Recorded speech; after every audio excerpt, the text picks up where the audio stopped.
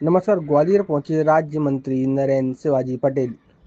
अस्पतालों और प्रयोगशाला का लिया जायजा। आपको बता दें कि बिरला नगर में अस्पताल का जायजा किया है राज्य मंत्री नरेंद्र शिवाजी पटेल ने। साथ में कैबिनेट मंत्री प्रद्युम्न सिंह तोमर भी साथ रहे।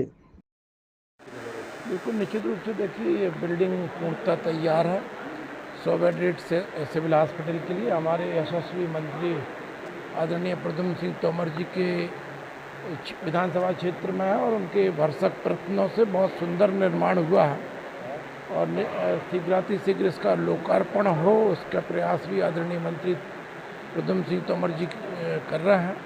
उसी दिशा में हमने सोचा कि एक बार लोकार्पण करने से पहले बिल्डिंग का निरीक्षण कर लिया जाए।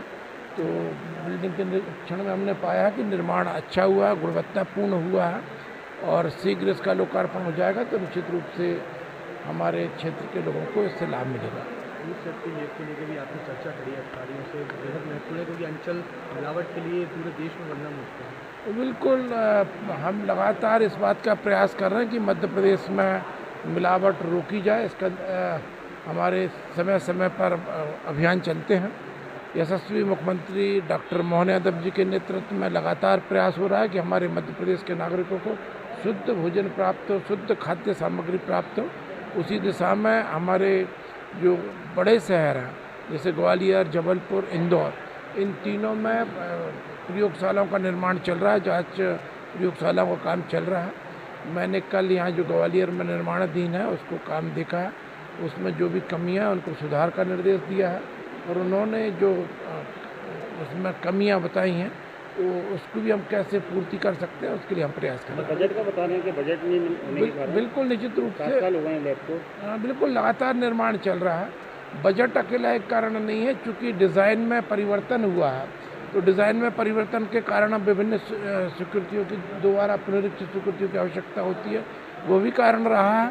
और जहाँ पर उनको जितना पैसा दिया गया था उस पैसे के अतिरिक्त और आवश्यकता पड़ रही तो वो भी देने का काम करेंगे। जीएच गए थे सर, जीएच में आगजनी घटनाएं बराबर हो रही हैं और एसी के टेंडर अभी तक नहीं हो पाए हैं।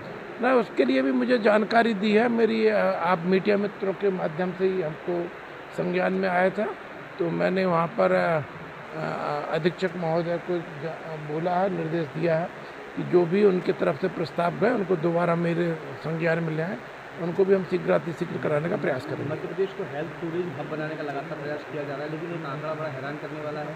आयुष्मान योजना को लेकर दूसरे राज्यों में जाना पड़ा है पेशेंट को, लगभग 1,70,486 करोड़ रुपए राज्य सरकार ने चुकाए हैं। फर्जीवाड़ा भी कर रहे हैं ना। देखिए, इसमें दो बिंदु हैं। पहला विषय तो ये है कि मध्य प्रदेश में तेजी से आयुष्मान कार्ड बनाए जाते हैं और हर नागरिक के पास में आयुष्मान कार्ड हो, ये हमारा प्रयत्न है। दूसरी बात, चूँकि अन्य जगह पर हमारे मरीज गए हैं, ये बात भी सही है। कोई इसका कारण केवल ये नहीं है कि मध्य प्रदेश में सुविधा उपलब्ध नहीं है। कई लोग ट्रांसपोर्ट होकर चले जाते हैं, कई लोग माइग्रेट होकर चले जाते हैं, कई लोग अन्य कारणों से दूसरे राज्यों में जाते हैं। इसलिए दूसरे राज्यों में जाने के बाद भी उनका भुगतान मध्य प्रदेश शासन को करना पड़ता है, ये कारण है। अन्यथा मध्य प्रदेश के अंदर इस आंकड़ों को यदि आप पलट के देखेंगे तो अन्य राज्यों के भी और विदेशों के भी अनेकों मरीज मध्य प्रदेश में आके इलाज करा रहे हैं। जहाँ तक ये विषय है कि आयुष्मान कार्ड के माध्यम से कोई गड़बड़ी हो रही है, ऐसी किसी भी गड़बड़ी को रोकने के लिए हम टेक्नोलॉजी का भी उपयोग कर रहे हैं और जो भी शिकायतें प्राप्त होती हैं उनके खिलाफ सख्त कार्रवाई कर रहे हैं।